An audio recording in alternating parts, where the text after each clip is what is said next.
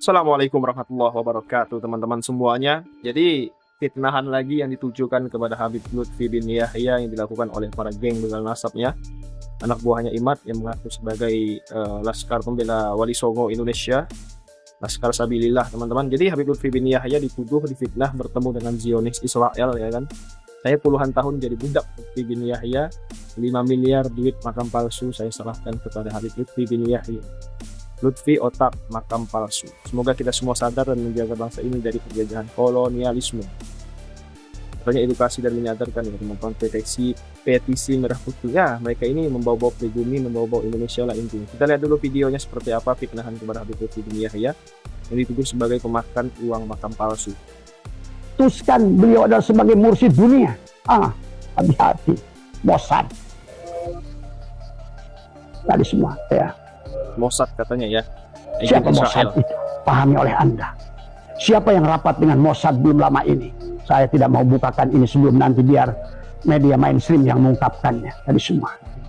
Ada pertemuan dengan Zionis. Siapa yang hadir di situ? Tadi semua. Kemudian siapa yang membuat video call? Umar bin Hafiz. Tadi semua. Jadi hati-hati, Zionis ini menciptakan tokoh-tokoh yang membuat Islam tunduk. Diglorifikasi seolah-olah dia adalah wali, seolah-olah dia adalah pemimpin mursyid sedunia. Tapi yang mengangkat adalah mereka. Hanyalah merupakan bagian-bagian dari mereka. Hati-hati sekarang dengan muktamar, ya. Karena mereka akan berikan muktamar. Maka muktamar mereka atas menamakan Jatman, kalau menurut saya adalah merupakan ilegal.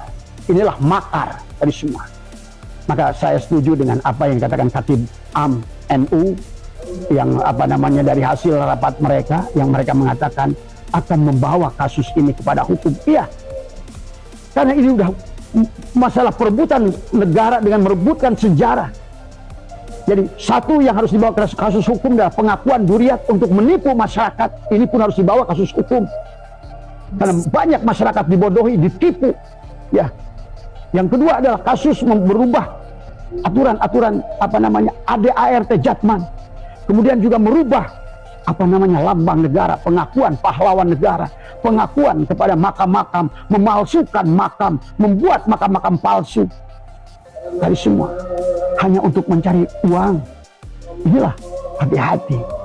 Karena dulu ada seorang teroris yang menggunakan cari dana dengan lewat propak masjid.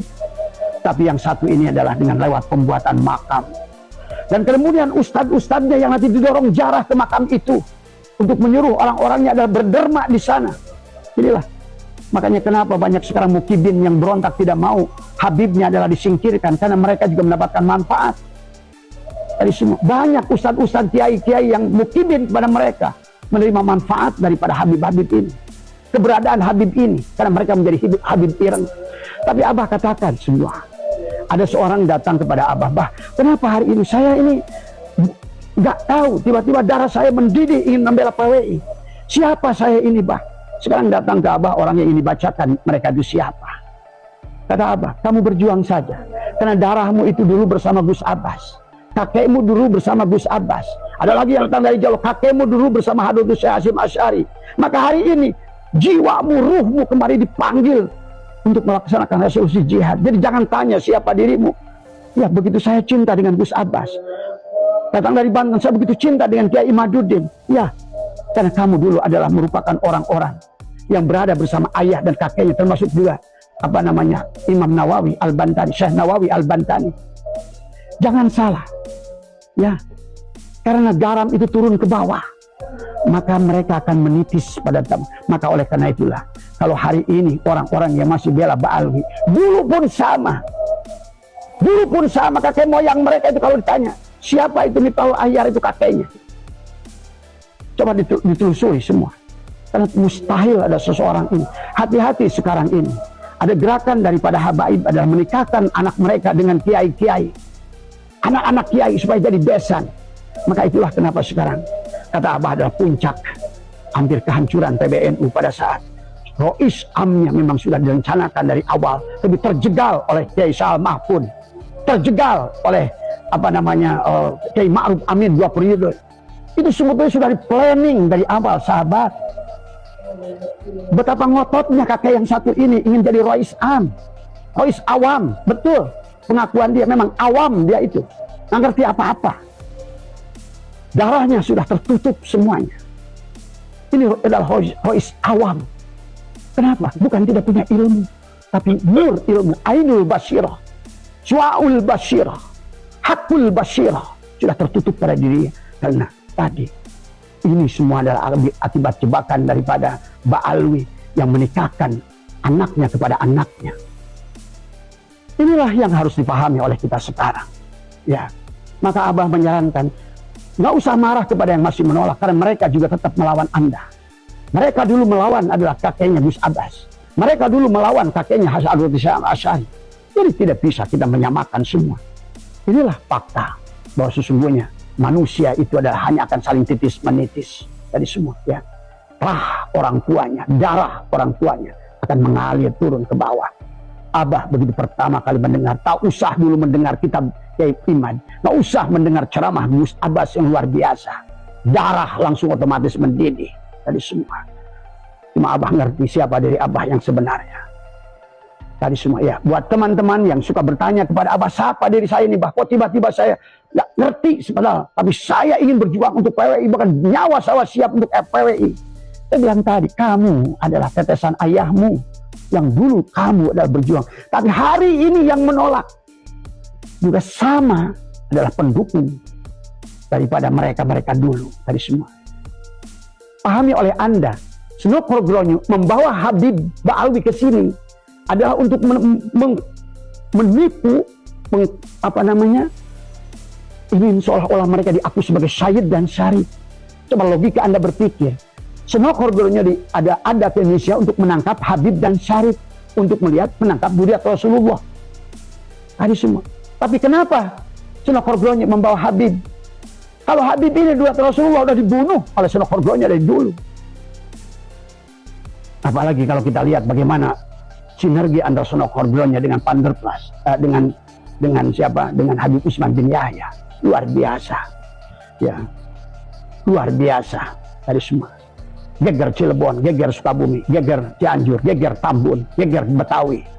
Semuanya ada kena atas instruksi Sayyid Usman bin Yahya, Habib Usman bin Yasa, yang dianggap sebagai syahid dan syarif. Masyarakat nggak ngerti mana syahid, mana syarif. Saat itu mereka tahu. Maka sekarang ditemukan buku bahwa ternyata Habib Hasyim Asy'ari sudah mengatakan, karena zaman Habib Hasyim Asy'ari juga masalah nasab ini udah panas. Tapi syahid, kemudian Habib Hasyim Asy'ari menuliskan dalam kitab, silakan Anda cari kitabnya atau tanyakan adalah kepada keluarganya Hasyim. Banyak sekarang, bahkan Gus Jajuli pernah memperlihatkan kitabnya. Sesungguhnya yang harus dipahami oleh Anda tentang mereka ini semua. Ya, ya. Abah masih panjang ini sahabat, tapi ini sekarang udah masuk waktu duhur. Tapi insya Allah waktu duhur bisa kita tahan sedikit. Ya, karena baginda Nabi boleh waktu duhur itu digeser. Karena panasnya waktu duhur adalah panasnya api neraka. Karena kata Abah juga, mencintai negara, hubbul waton minal iman. Jadi kita ada dua hal maka yang harus dipegang kita dalam perjuangan Wali Songo ini. Yang pertama adalah kita melanjutkan resolusi jihad jilid kedua, melanjutkan perjuangan Kiai Abbas, melanjutkan perjuangan Habib Hasyim Asy'ari. Kalau dulu melawan Belanda, jelas musuhnya. Hari ini musuhnya ada dalam selimut. Hari ini musuhnya menganggap dirimu adalah sebagai muridnya. Hari ini musuhnya adalah yang mengaku Duriat Rasul. Tapi kepalsuannya sekarang nampak. Ada semua. Ternyata Lutfi bin Yahya tidak bisa ngaji.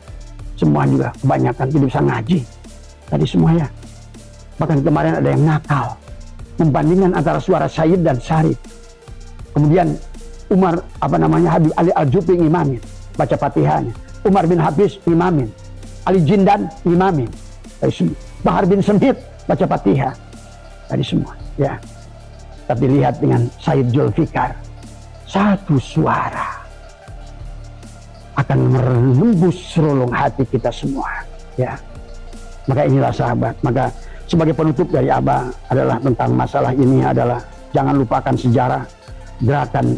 Jangan lupa ada Zionis yang selalu ingin menghancurkan kita, karena mereka dengan menguasai Jatman, bahkan sekarang sudah masuk ke dalam menguasai Nahdlatul Ulama, PBNU. Ada 9 orang yang duduk di PBNU. Wah, kalau bukan karena gerakan ini, mereka akan leluasa setelah menguasai Nahdlatul Ulama.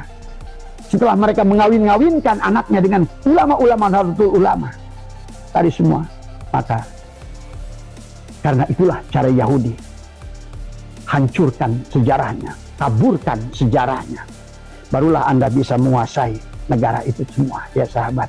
Mari sahabat PWI, bangkitlah, terus kompaklah, insya Allah dalam gerakan setahun ini Abah melihat luar biasa tadi semua. Terus bicara, tapi ungkapkanlah fakta, bukan kebencian tadi semua.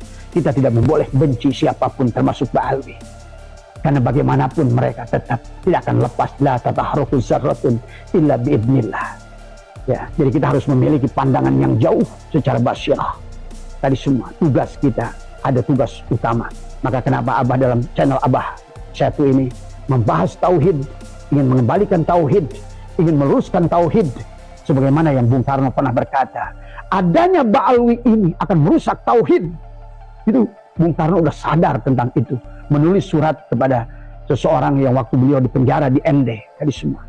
Tapi kemudian beliau ada pada saat membutuhkan sebuah perjuangan, karena itulah kembali manusia, ya.